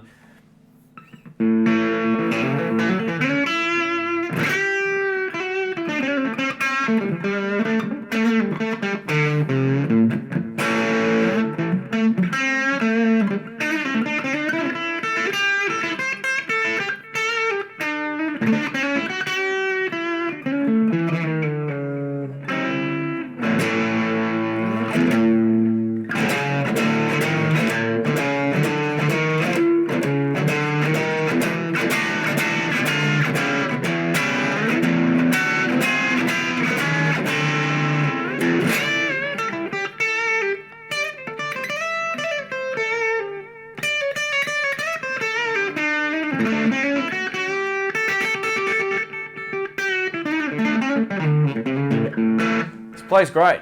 It plays no differently to any of them. Can't wait to pillage a Gibson Flying V in the USA in July. Awesome stuff. Play a few, see which one you like the best. My suggestion would be try these 2019 ones. Not because I've got one, but the pickups, the burst buckers, or find one with burst buckers. The best humbuckers, man. They're so good. Oh, lost me again. Far out. Sorry about the stream today, guys. I apologize for this. I'll make sure next time it works a bit better.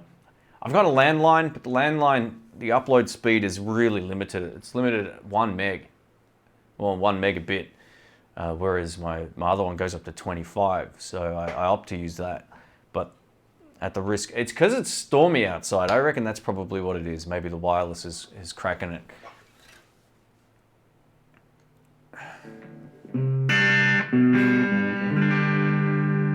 I put a tone spotter in my trademark 60, fatter sound. Oh, that would help, absolutely. Yeah, I think the line 6, what are they called? I had one. The Tech 21 trademark amps are great, but their speakers are their letdown. No doubt about it. I had one of their 212 trademark. This is 60 as well, possibly. There's they're light, they're loud, they're solid state, but they're not loud enough. So yeah, you'll get a lot more out of the tone spotter, no doubt about it. That's the Harley Benson's Heli. Yep, it is absolutely, Ian. So yeah, this is how it ended up looking the day after I did the video. I kind of sort of finished it up, made it look a little dirty and used.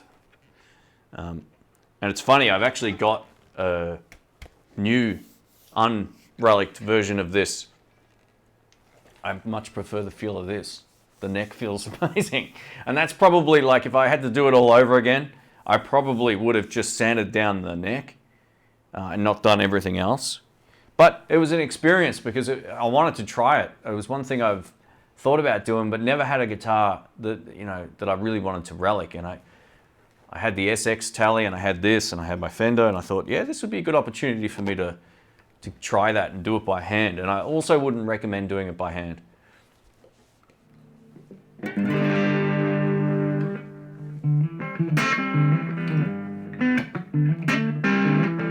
Nick says, you're making me want to jam. It's about midnight in New Jersey. The wife will not approve.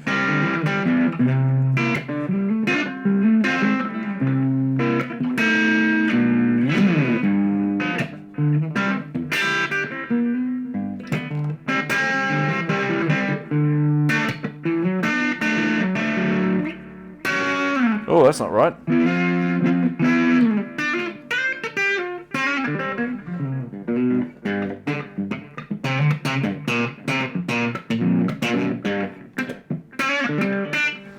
It's a real nice, I don't know, something about the way this feels to play. It's pretty nice.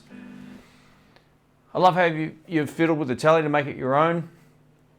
And how do you like it?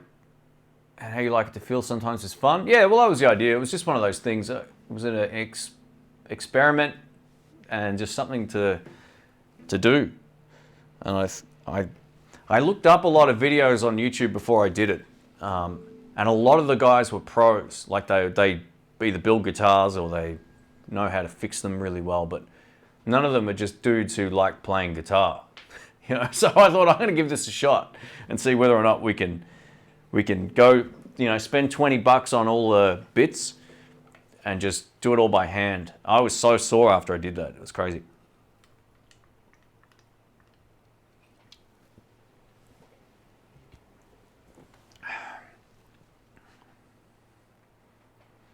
Oh, there we go. Todd says he has both the 57 and the burst buckers, and I prefer the 57s by a slim margin. Interesting. Oh, that's cool.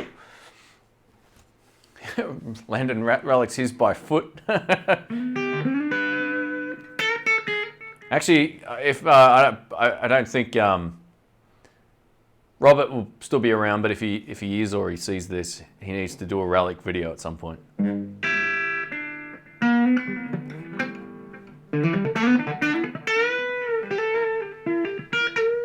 7:40 p.m. in Alaska. Man, that's on my list of places to go.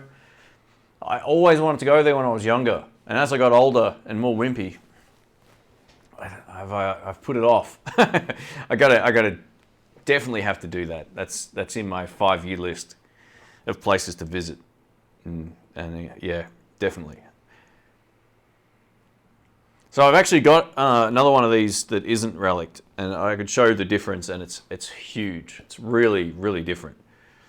There's only one spot on this that still has the gloss, and it's in there. I left it sort of as a reminder of how thick that stuff was. But yeah, it's literally quite satin finish now. The issue is he broke the guitar doing a guitar flip. That's hilarious.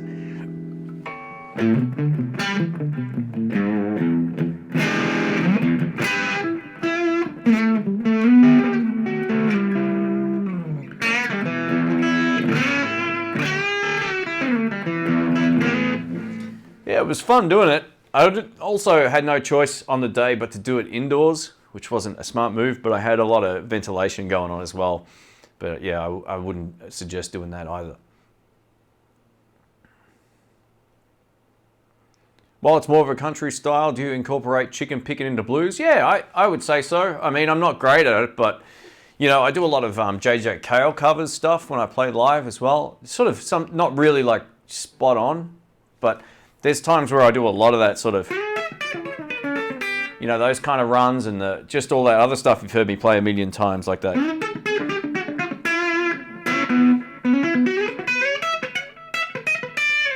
I don't chicken pick properly, but it's definitely a... I do the poor man's version of it, which isn't the technique of it, but you get a similar kind of result.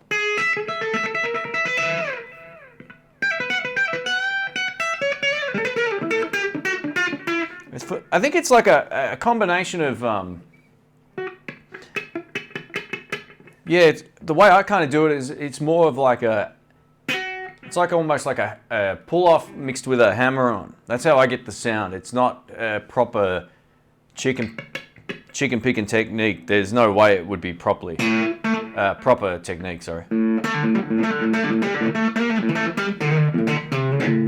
Yeah, so a lot of that sort of stuff.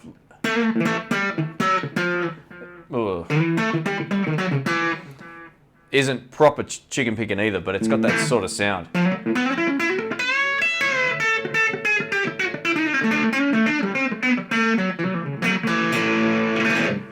I actually don't mind country music, not all of it, but there's some stuff that's got some really great, obviously really great guitar playing, but just really great ideas. I should invest more time into that at some point. Do I still recommend the Joyo mini amps? I think they're great. My favorite one was the Boogie one, but the Jackman is great. I would say that's probably the most versatile one out of the ones that I've tried. I've tried the Blue Jay one. The Vox one was also really good. I don't have that anymore. The only two are the Jackman and the Boogie one. And I got to tell you, I'm really enjoying the Jackman one way more than, probably because I like the Marshall sound more than I like the Boogie sound.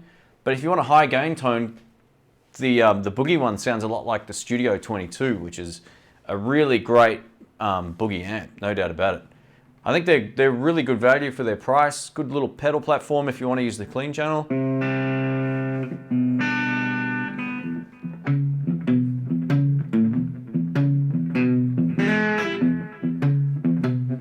That's a great song, Michael.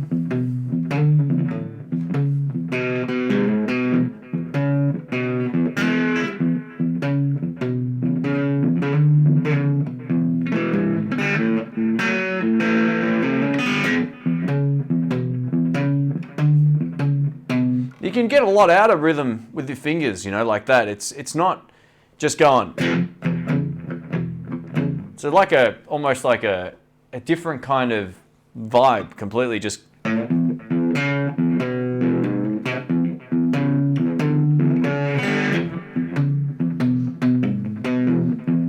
sort of mute the strings with your palm, you get that kind of clunking sound.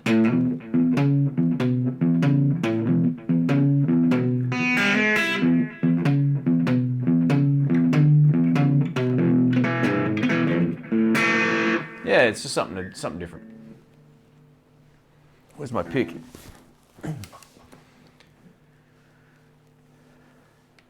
Even though most of don't listen to country too much, if you play guitar, then you have to respect it. Yeah, well, that's it. Yeah, some of the country stuff has great guitar playing, no doubt about it. I mean, I actually like Brad Paisley as a musician. I like his voice. I think he's a great player. I like his songwriting. I don't know if he writes all of his songs, but if he does, he's great at it. His guitar album is definitely worth a listen. Go check it out. If you haven't heard Brad Paisley's, I think it's called Play, put it on. I love how he does a cover. He does a B.B. King song with B.B. King. It's great. I don't know if that's actually on that album or not, but there is a song where Brad and B.B. were doing a song together. That's what I loved about B.B. King, man. He just jumped in with anybody and played. It's very, very cool. Hey, Kevin, thank you, man. I appreciate that. Cheers, man.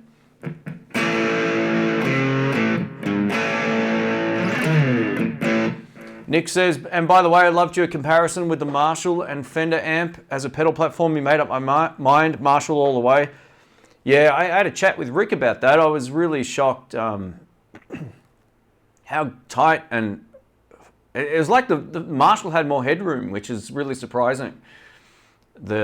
I had them loud, right? So I had a gig volume in here. I had the Fender on 3, and that's pretty clean at that volume still. It's got starting to get a little bit of hair on there, but as soon as I engaged the 2 out of the 3 pedals, the Marshall handled it way better in terms of the low end, especially. Like, re-listen to it if you listen to it on your phone, put on some headphones or whatever. And yeah, have a listen, because yeah, I really think the Marshall did a better job with those 3 pedals. It might not be the case with like every effect out there, and I'll still stand by the Fender wipe the floor with it with the Tube Screamer.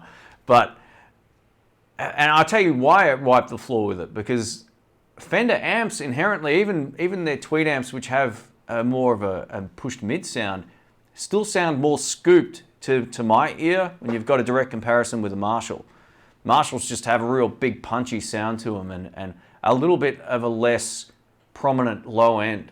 They've still got a lot of bass, but it's a different sound. When you compare them, it's really interesting. If you get one of these Marshalls, you might not love the stock speaker. A lot of people say that and I've said this as well, that the Celestion Vintage 30, not Vintage 30, sorry, the V-type speaker can be a little bit bright in that amp. And it can be if you don't always get a chance to crank it right up. But yeah, the Texas Heat's going to stay in there. It's an odd combination, but I love it. The Tonka was just too loud, and it made the amp too heavy, unfortunately. It sounded awesome, but it was still just, I couldn't lift the thing. Hey, Metalhead Hippie, thanks. Buy some pics.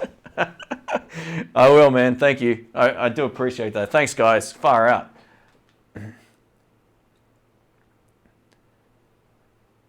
That's funny. I'll get some, I play chicken picks, but I'll go get a bag of those little ones. In Australia, they're only $90 for a bag of 10, so I'll sort that out. Should be good to go. Fenders get flabby on the bottom end easy. They do, and not all of them. Like I think it's more inherent of. It's a strange thing because they're 6V6 amps like the deluxe reverbs don't really get flabby. It's because of those. It's because I think the preamp valves are different. It saturates differently. It doesn't have an overemphasis on the lows. And I've owned a couple of deluxe reverbs, and the reason I ended up going back to a Blues Deluxe was because of how much bigger the 6L6s sounded. You get the bigger headroom, you get the bigger bottom end, and that punch. But the Marshall has a more articulate kind of low end. It does. It's really shocking to say it. So shout out again to Guitar Hack for saying, try it with pedals, because it's not something that I've really needed to do. The only pedal I'll run into it in the FX loop is a delay.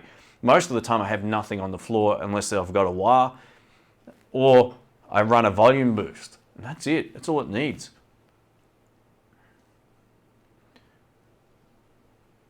Yeah, so the speaker that's in the Fender is a Swamp Thing, and that particular speaker has more tops than the Texas Heat.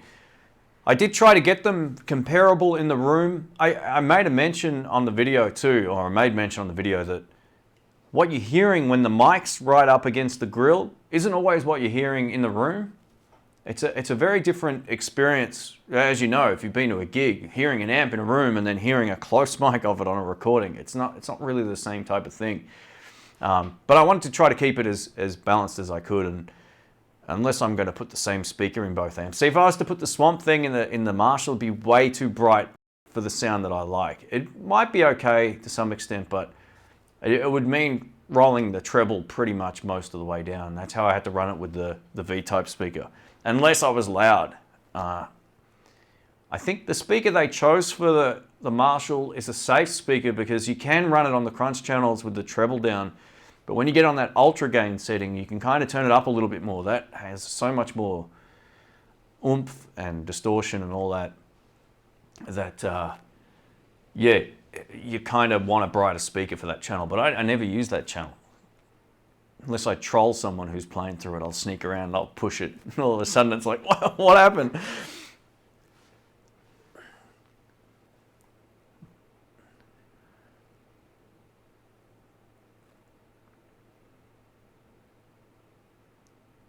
Tyler Power Music says, my uncle went off, is now playing with the country artist Luke Combs. Okay, cool. Or Combs, maybe that's how you pronounce it. The guitar legend from in that area are insane. Oh, they're all great, man. Those Nashville guys are.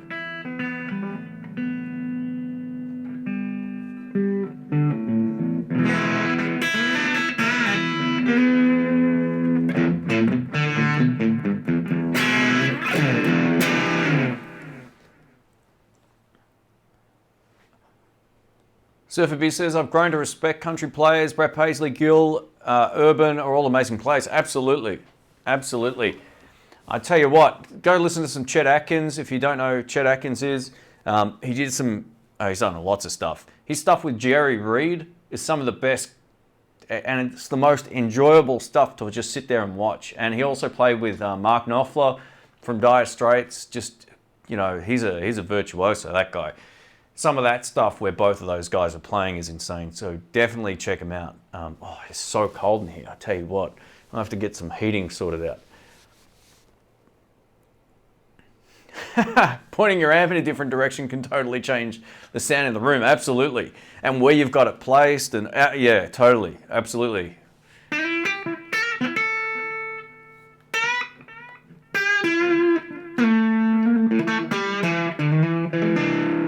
There we go. Grumpy Mike says, I have a DSL 40 and a Hot Rod Deluxe. Love both. Just depends on my mood on any given day.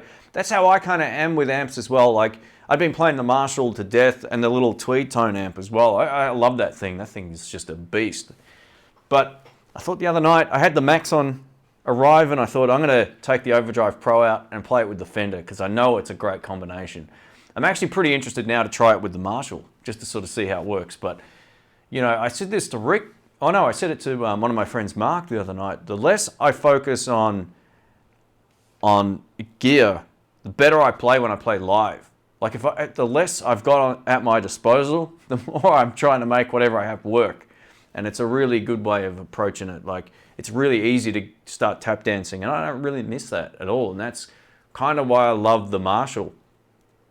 A wah pedal and a tuner, or a wah pedal and a delay, and that's it.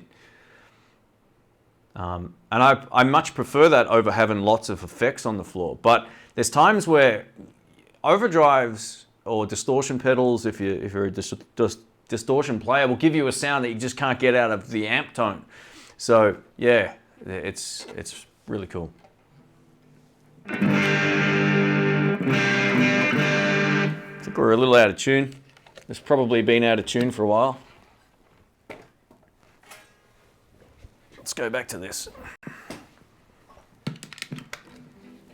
We'll pick up where we're on. Bridge probably.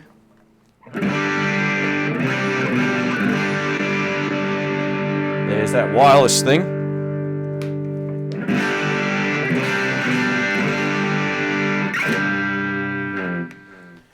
Don't get a heater, get a cat.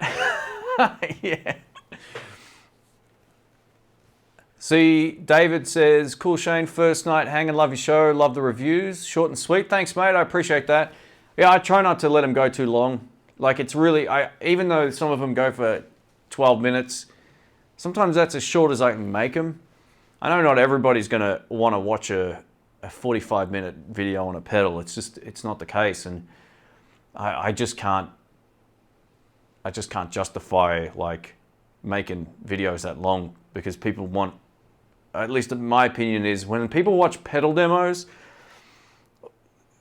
they know instantly whether they like it or not, right? So the average viewership on a pedal demo might be only 3 minutes, and that's probably not that bad. Maybe 3 to 4, something like that on my channel, because the people that want to know about it click on it most of the time, right? And then they'll watch more than that. But people who don't watch it or don't like the sound of it will know on the intro clip if they want to hang around. So yeah, it's a different sort of thing altogether. So I try not to make them too long. I really feel like I'm wasting my time if I make a 35-minute pedal demo. It's just, it doesn't really sort of, no one's gonna, I wouldn't want to watch it. So I don't do it to people.